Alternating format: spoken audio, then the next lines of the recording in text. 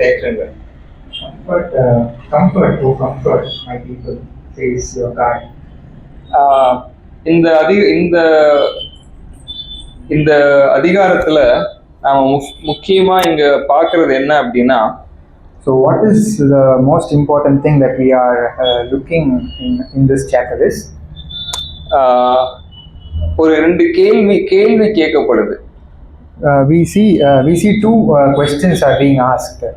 21வது வசனத்துல in verse 21, நீங்கள் அறியீர்களா, நீங்கள் கேள்விப்படவில்லையா, ஆதி முதல் உங்களுக்கு தெரிவிக்கப்படவில்லையா? do you not know? பூமி அஸ்திபாரப்படுத்தப்பட்டது முதல் உணராது இருக்கிறீர்களா? So verse 21 reads like this: do you not know, have you not heard, has it not been declared to you from the beginning, have you not understood from the foundations of the earth? இதே வசனம் இன்னொரு ரீதியா இங்க 28வது வசனத்திலையும் போடப்பட்டிருக்கு. The same question is asked in a different way in verse 28. பூமியின் கடையாந்தரங்களை சிருஷ்டித்த கர்த்தராகிய அநாதி தேவன் சோர்ந்து போவதும் இல்லை, இளைப்படைவதும் இல்லை. இதை நீ அறியாயோ, இதை நீ கேட்டதில்லையோ, அவருடைய புத்தி ஆராய முடியாது. Do you not know, have you not heard, the everlasting God, the Lord, the creator of the ends of the earth, does not become weary or tired, his understanding is inscrutable. இங்க எதனால இந்த அதிகாரம் இப்படி ஆரம்பிக்கப்படுது அப்படின்னா, இந்த அதிகாரத்துல தான் இயேசு கிறிஸ்துவினுடைய வருகையை பற்றி அறிவிக்கப்படுற ஒரு அதிகாரம். So why this chapter is beginning in this way is that this is the chapter which is prophesying about the coming of Jesus Christ. இந்த அதிகாரத்துல இருந்து தான் நம்ம இயேசு கிறிஸ்து மெஸ்ஸியா வருவாரு, மெஸ்ஸியா அவருடைய ஜனங்களுக்கு மீட்பை கொடுப்பாரு, அவர்களை ஆற்றுவார், தேற்றுவார் அப்படிங்கிற ஒரு வாக்கு தத்தத்தை ஜனங்களுக்கு கொடுக்கிற ஒரு அதிகாரமா இங்க நாம பார்க்கிறோம். So this verse begins in a way that the people are promised a Messiah, that he would redeem his people, and he would also comfort them, and that is the way Isaiah is beginning this chapter. அடுத்த வசனம் பார்த்தீங்கன்னா, எருசலேமுடன் பட்சமாய் பேசி அதன் போர் முடிந்தது என்றும் அதன் அக்கிரமம் நிவர்த்தி ஆயிற்று என்றும் அது தன் சகல பாவங்களின் நிமித்தம் கர்த்தரின் கையில் இரட்டிப்பாய் அடைந்து தீர்ந்தது என்றும் அதற்கு கூறுங்கள். ஒரு பாவ மன்னிப்பை குறித்துண்டான ஒரு ஆறுதல் படுத்தக்கூடிய ஒரு செய்தியை அறிவிக்கிறதா இந்த அதிகாரத்திலிருந்து நாம பார்க்க முடியும். So we see that the chapter, the verse 2 talks about the forgiveness of our sin, and it is a message that is being given to the people. மூணாவது வசனத்துல கர்த்தருக்கு வழியை ஆயத்தப்படுத்துங்கள், அவந்திர வழியிலே நம்முடைய தேவனுக்கு பாதையை prepare the way of the Lord. இதுல இந்த வசனம் கர்த்தருக்கு வழியை செவ்வைப்படுத்துங்கள். So the word says clean the way for the Lord. இது இப்ப இந்த ஈஸ்டர் நம்ம தேவனுடைய இயேசு கிறிஸ்துவினுடைய பாடுகளை நாம தியானிக்கிறது மூலமா, so in this Easter as we meditate on the suffering of our Lord Jesus, அவர் எதற்காக வந்தார், எதற்காக அவர் சிலுவையில இறந்தார் அப்படிங்கிற விஷயத்தை நாம தியானிக்கிறவர்களா இருக்கோம். Let's also meditate on the reason why he came to this world and why he died on the cross. ஏன்னா நம்மை ஆறுதல் படுத்த. It is because to comfort us. ஏன்னா நமக்கு இந்த அதிகாரத்துல இஸ்ரவேலர்கள்ட்ட எப்படி நாம பார்க்கிறோம், இது முக்கியமா 3 விஷயங்கள் நாம பார்க்கிறோம்.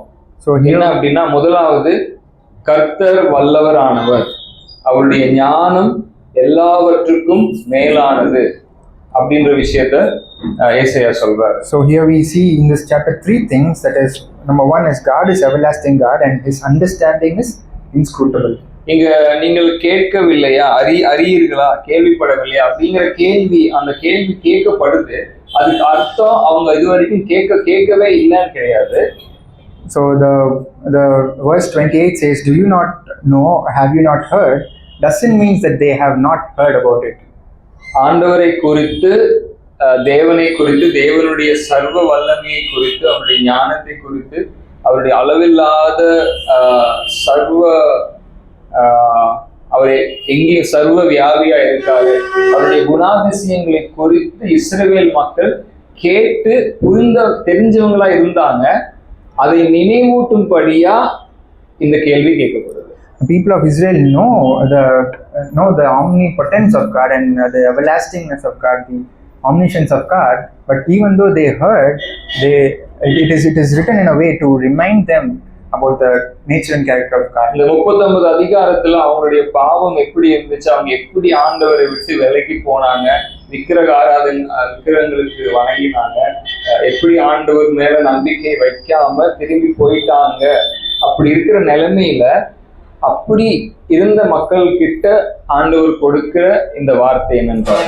So the first 39 chapters talks about how the people of Israel turned their way from God and how they worship the idols, and in that context, let's see chapter 40 and how God is dealing with them. So இந்த அதிகாரம் ஒரு நினைவூட்டுதலை கொடுக்குகிற ஒரு அதிகாரமா இருக்கு.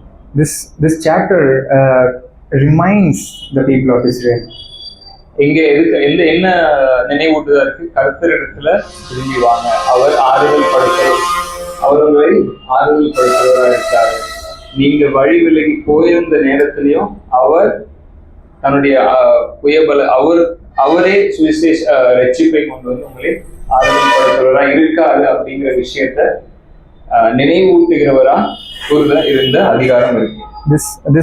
This chapter reminds the people of Israel to come back to the Lord from their ways in which they have deviated, and get the comfort of God. And even though they have sinned against God, it sees the forgiveness of God through Jesus Christ. கடைசி 3 வசனத்தை நம்ம 4 வசனத்தை பார்க்கலாம்.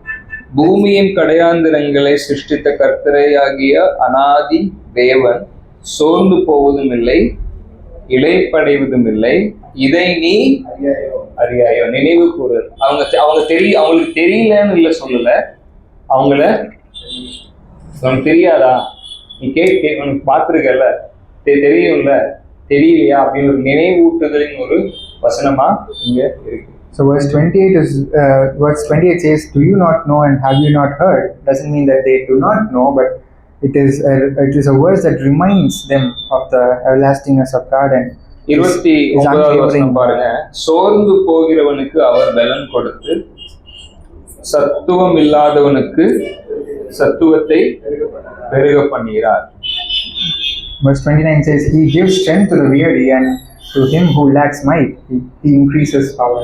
ஏன்னா நம்ம வாழ்க்கையில நமக்கு சோர்வு வர நேரிடும்.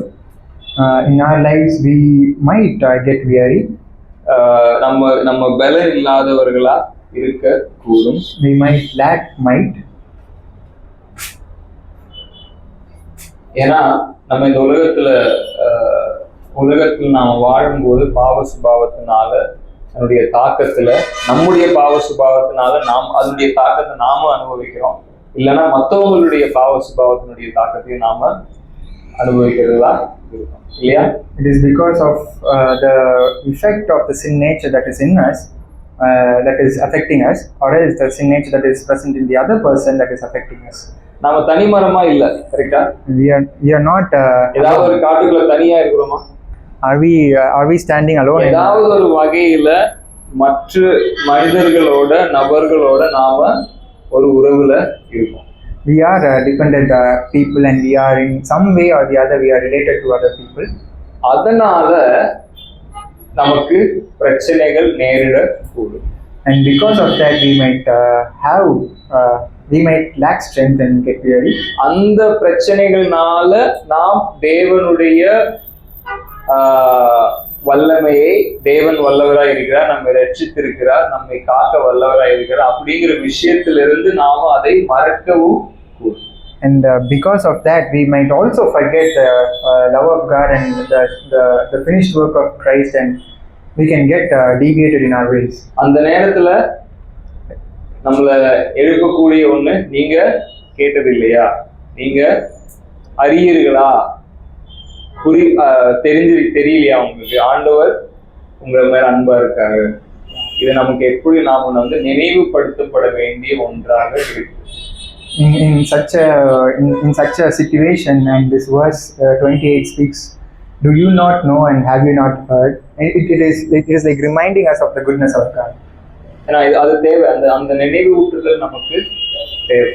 And that reminder is very much important for each and every single one of us. ஏன்னா ஆண்டவர் நம்ம சில நேரத்துல நாம வந்து உதவியற்றவர்களா, நம்பிக்கை இல்லாத ஒரு சூழ்நிலை நேரிடக்கூடும்.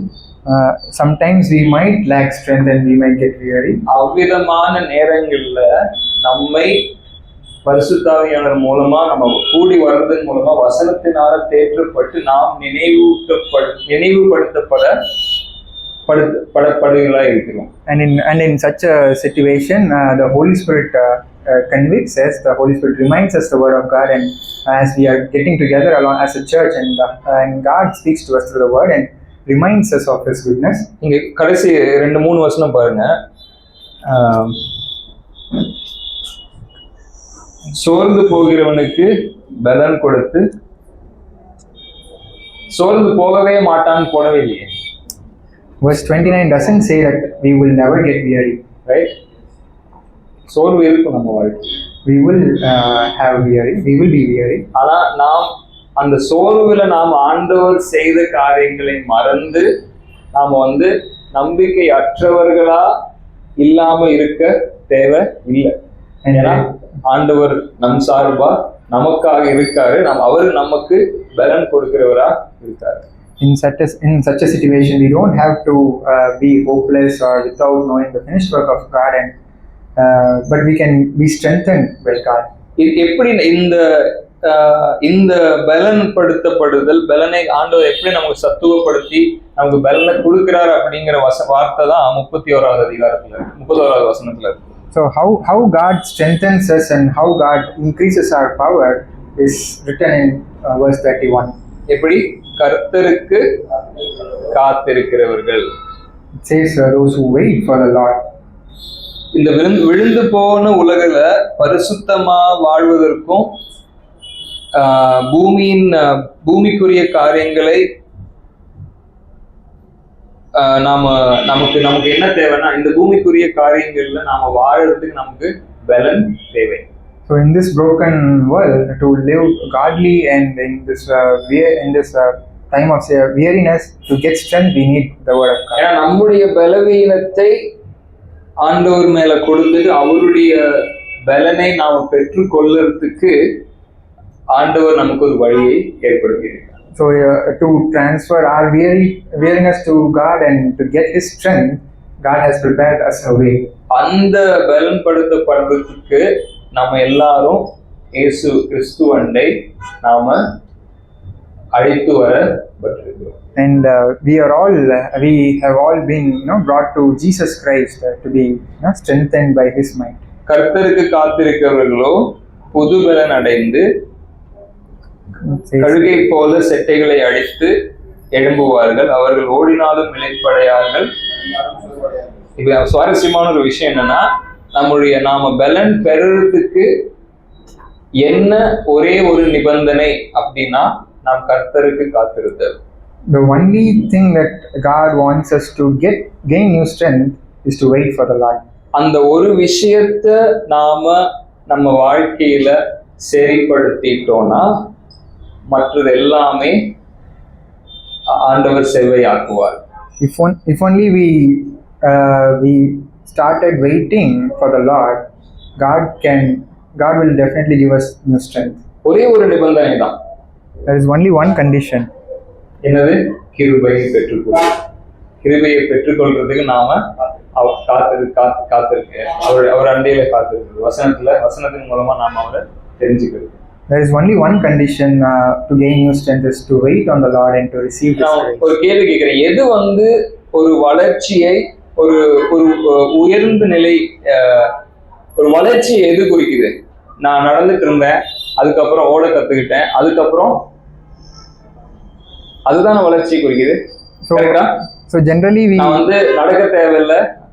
So generally we see the growth is like I was walking and then I started running and now I'm flying, and that is a growth trajectory.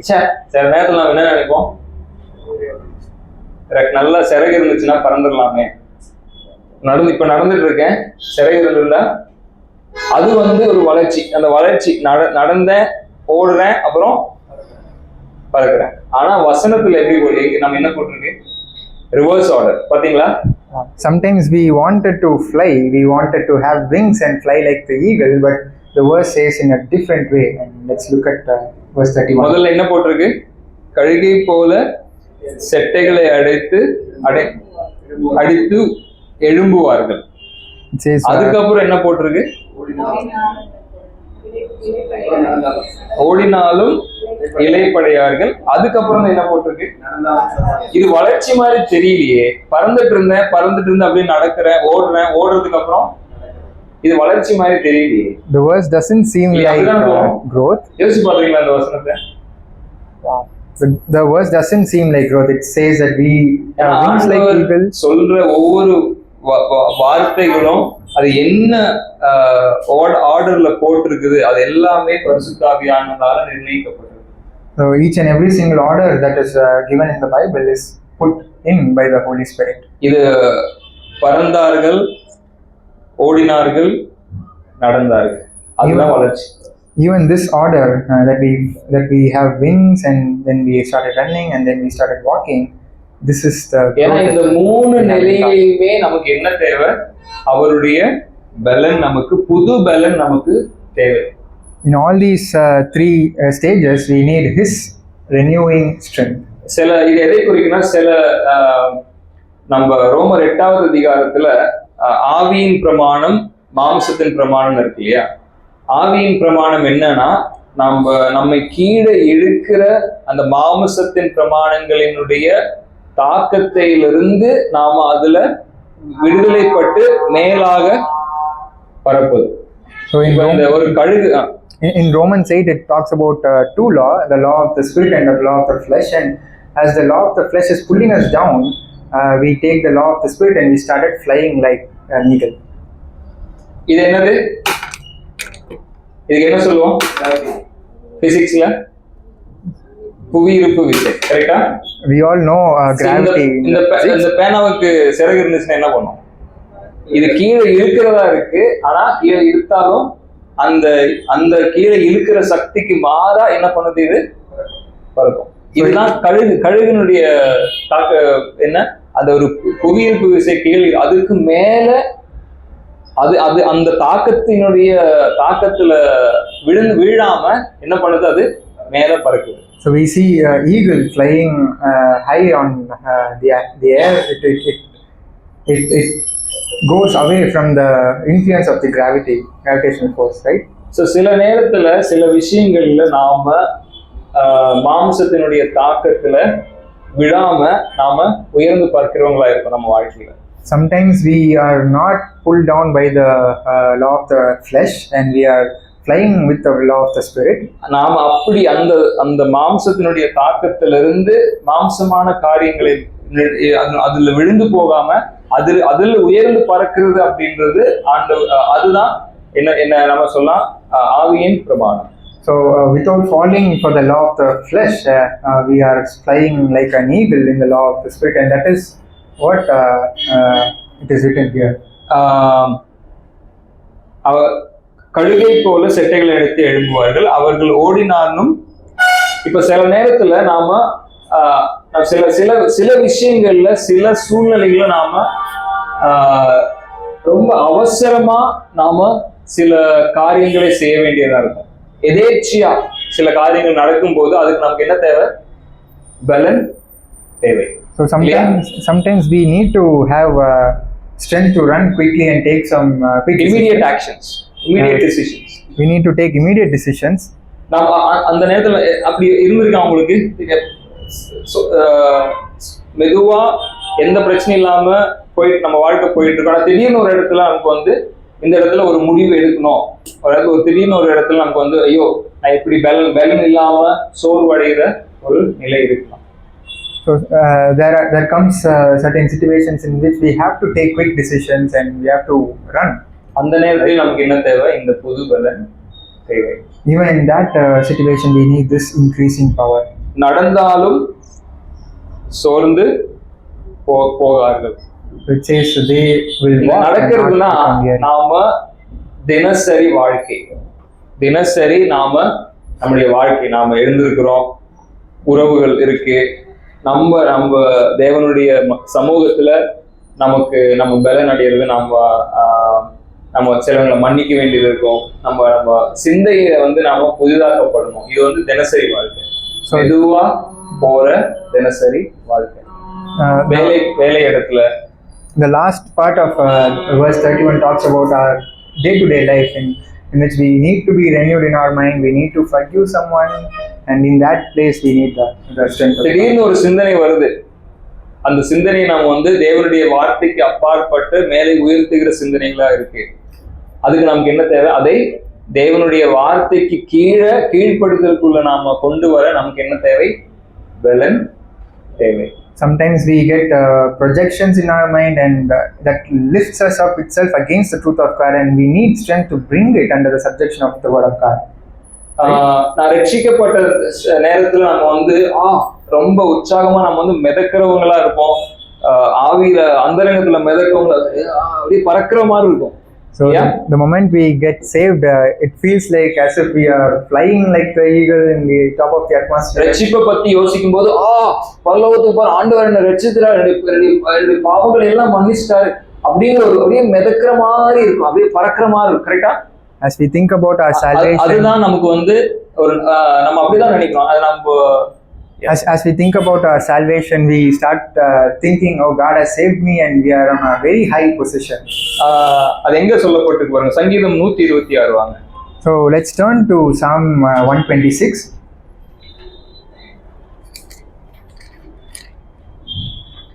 மூணாவது வசனம், கர்த்தர் நமக்கு பெரிய காரியங்களை செய்தார், இதன் நிமித்தம் நாம் மகிழ்ந்திருக்கிறோம்.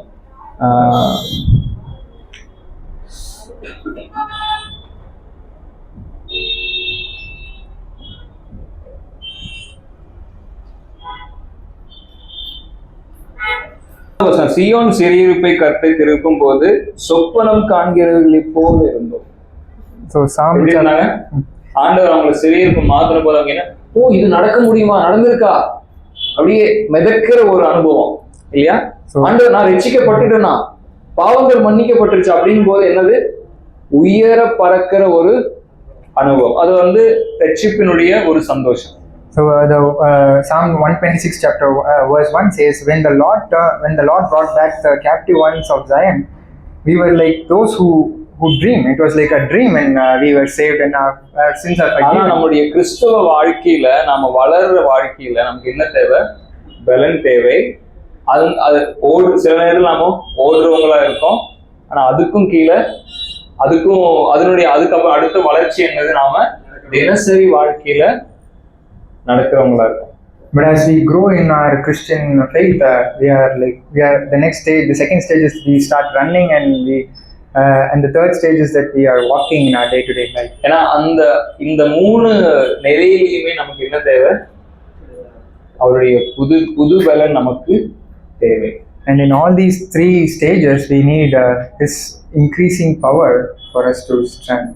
அந்த பலப்படுத்துறதுக்காகத்தான் இயேசு கிறிஸ்து சிலுவையை தந்தார். And to give us that renewing strength, Jesus Christ died on the cross. இப்ப நாம அந்த புது பலன் பெற்றுக்கொள்றதுக்கு என்ன ஒரே ஒரு நிபந்தனை? So now what is the only condition for us to get that renewing strength? கர்த்தருக்கு காத்திருதல். Just to wait for the Lord. கர்த்தருக்கு காத்திருதல்னா சும்மா இருக்கிறது இல்ல, நாம வசனத்துல ஆண்டவருடைய வசனத்தை தினந்தோறும் வசனத்தை கற்றுக்கொள்வதன் மூலமா, வசனத்தின் தியானத்தின் மூலமா நம்ம தேவையான, நம்ம ஓட வேண்டிய நேரத்துல நமக்கு பலனை ஆண்டவர் தருகிறார். புது பலனை நமக்கு தருகிறார். நம்ம தினசரி வாழ்க்கையில நடப்பதற்கான பலனை ஆண்டவர் வசனத்திலிருந்து நமக்கு கொடுக்கிறார். ஆமென். So waiting for the Lord doesn't mean that we have to be idle. It doesn't mean like that. It is coming to the Word of God and meditating on the Word of God and getting used to from the Word of God in the time when we need to run and when we need to walk. பறக்கிற மாதிரி இருக்குது. It feels like as if we are flying. இது இந்த கழுகை போல பறப்பார்கள் இருக்கு இல்லையா? யாத்திராகமத்துல தேவனாகிய கர்த்தர் உங்களை ஒரு கழுகை போல உங்களை சுமந்து எகிப்திலிருந்து உங்களை மீட்டெடுத்தார் அப்படின்னு போட்டிருக்கு. இப்போ அதே அங்க தேவனாகிய கர்த்தருக்கு உவமையா சொல்லப்படுற ஒரு விஷயம் இங்க விசுவாசிக்கு உவமையா சொல்லப்படுது. In Exodus it says that God has brought you out of the captivity just like an eagle, and the same parable, eagle's wings, like an eagle's wings, and the same parable is the same meaning is used here for us as a believer. நாம் தேவனுடைய பலனை பெற்றவர்களாக இருக்கிறோம். And we are like the one who has received the strength of God. Amen. Amen. அந்த பலனை பெற்று நாம கீழே நம்ம எடுக்கிற காரியங்கள் நாம அதனுடைய தாக்கத்தை விட்டு உயர பறந்து நம்முடைய வாழ்க்கையில சில நேரத்துல அதிசீக்கிரமா குயிக்கா நம்ம எடுக்க வேண்டியது, அந்த நேரத்துல நமக்கு பலனை கொடுத்து நம்முடைய தினசரி வாழ்க்கையில நம்முடைய நடக்கிறதுக்கு நம்ம ஆண்டவர் நம்மை பலப்படுத்துகிறார். அதுக்கு ஒரே நிபந்தனை நான் என்ன சொல்லணும், நம்ம கர்த்தருக்கு காத்திருக்கிறோம். ஆமென். So by receiving that strength, we fly when we are pulled down, and we run when we need to make quick decisions, and we walk in our day-to-day life. Amen. Amen. Amen.